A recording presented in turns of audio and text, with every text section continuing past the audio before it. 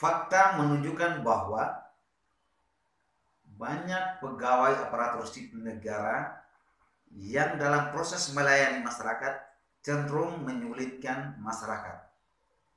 Hal ini ditengarai bahwa salah satu sebab dari persoalan itu adalah kualitas aparatur sipil negara yang tidak sesuai yang diharapkan. Oleh karena itu, salah satu strategi untuk meningkatkan kualitas sumber daya aparatur sipil negara atau sumber daya pegawai secara keseluruhan adalah dengan pengembangan sumber daya manusia. Apa itu pengembangan sumber daya manusia? Mari kita akan belajar bersama dalam video berikut ini.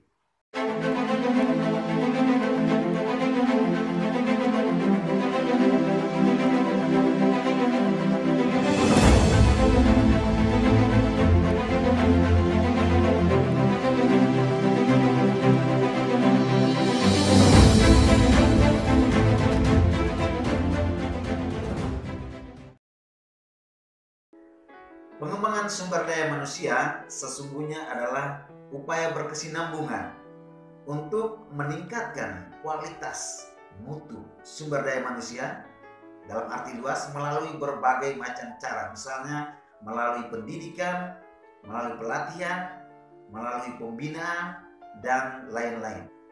Dalam konteks yang lebih luas, pengembangan sumber daya manusia ini juga sesungguhnya merupakan cara yang efektif untuk meningkatkan kemampuan karyawan dalam rangka menjalankan tugas pokok dan fungsi.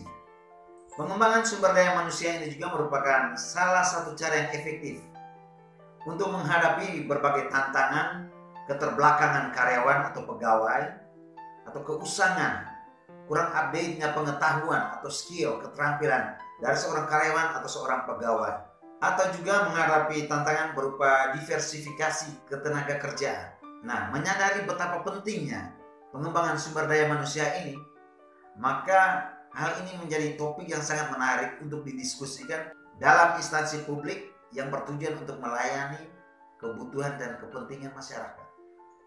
Jika kita lihat pengertian dari beberapa ahli, kita lihat yang pertama, pengertian menurut Silalahi, dia katakan bahwa pengembangan sumber daya manusia ini sebetulnya adalah upaya untuk meningkatkan mutu sumber daya manusia dalam arti yang seluas-luasnya melalui pendidikan, latihan, dan juga pembinaan. Sementara Prof. Ramayanti, dia mengatakan bahwa pengembangan sumber daya manusia itu bertujuan untuk menghasilkan kerangka kerja yang bertalian secara logis dan komprehensif untuk mengembangkan lingkungan di mana karyawan didorong belajar untuk berkembang. Kita lihat beberapa ahli lain, misalnya Shimamura dan juga Leonard Neller. Neller katakan bahwa pengembangan sumber daya manusia adalah serangkaian kegiatan yang terorganisir, dilakukan dalam waktu khusus dan dirancang untuk menghasilkan perubahan perilaku. Sementara Shimamura dikatakan bahwa pengembangan adalah penyiapan individu untuk memikul tanggung jawab yang berbeda atau yang lebih tinggi di dalam organisasi. Dari berbagai macam pengertian yang sudah teman-teman baca pada monitor teman-teman, sesungguhnya pengembangan sumber daya manusia itu bisa teman-teman definisikan, bisa teman-teman artikan berdasarkan konteks. Misalnya teman-teman bekerja pada sebuah instansi pemerintah atau teman-teman bekerja pada sebuah perusahaan swasta. Nah, dalam meningkatkan kualitas sumber daya karyawan, maka dibutuhkan pengembangan sumber daya.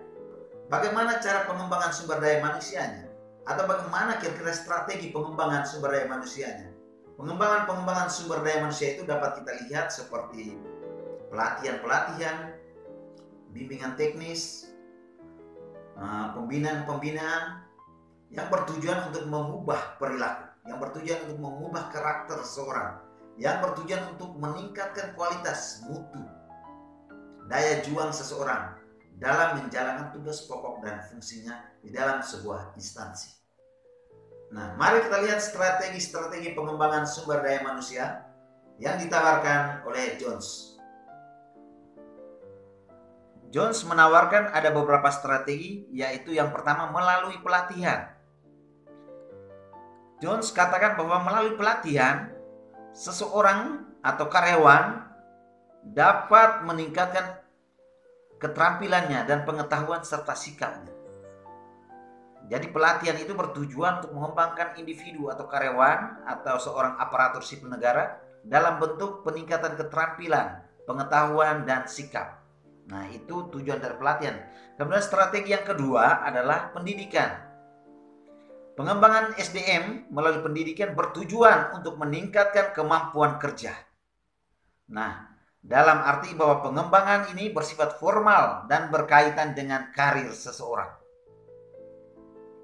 Ini jelas pendidikannya. Kemudian yang ketiga adalah pembinaan.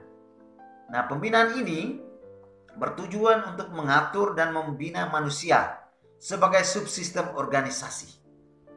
Sekali lagi, pembinaan ini bertujuan untuk mengatur dan membina manusia sebagai salah satu subsistem organisasi. Kita tahu bahwa sebuah organisasi terdiri dari komponen-komponen, terdiri dari unsur-unsur, terdiri dari sub-sub. Karena organisasi itu merupakan sistem, maka manusia yang ada di dalam organisasi itu merupakan sub-subsistemnya. Kemudian yang keempat, yaitu rekrutmen. Rekrutmen ini bertujuan untuk memperoleh SDM sesuai dengan klasifikasi, kebutuhan organisasi, dan sebagai salah satu alat organisasi dalam pembaharuan dan pengembangan. Itu tujuan dari rekrutmen. Kemudian yang kelima adalah perubahan sistem. Jones katakan bahwa salah satu strategi pengembangan SDM adalah perubahan sistem. Perubahan sistem ini tentunya bertujuan untuk menyesuaikan sistem dan prosedur organisasi sebagai jawaban untuk mengantisipasi ancaman dan peluang faktor-faktor eksternal. Jadi sistem ini sebetulnya bisa dirubah. Jadi menurut Jones, perubahan sistem ini juga perlu dilakukan untuk mengantisipasi ancaman-ancaman eksternal. Teman-teman sudah membaca dan melihat sendiri tentang strategi-strategi pengembangan sumber daya manusia menurut Jones. Strategi-strategi pengembangan sumber daya manusia inilah yang biasa digunakan baik oleh instansi publik maupun instansi-instansi privat. Berkaitan dengan pengembangan sumber daya manusia aparatur negara atau ASN, maka kita akan bersandar pada pedoman-pedoman yang disodorkan oleh Kadarisman dalam bukunya berjudul Manajemen Aparatur Sipil Negara. Jadi pada video berikutnya kita akan fokus membahas tentang pengembangan sumber daya manusia aparatur sipil negara atau ASN. Tentunya kita juga akan menjelaskan lebih banyak tentang detil-detil strategi dalam pengembangan sumber daya aparatur sipil negara. Demikian sebagai perkenalan tentang pengembangan sumber daya manusia. Jangan lupa ikuti terus video berikutnya. Sampai jumpa.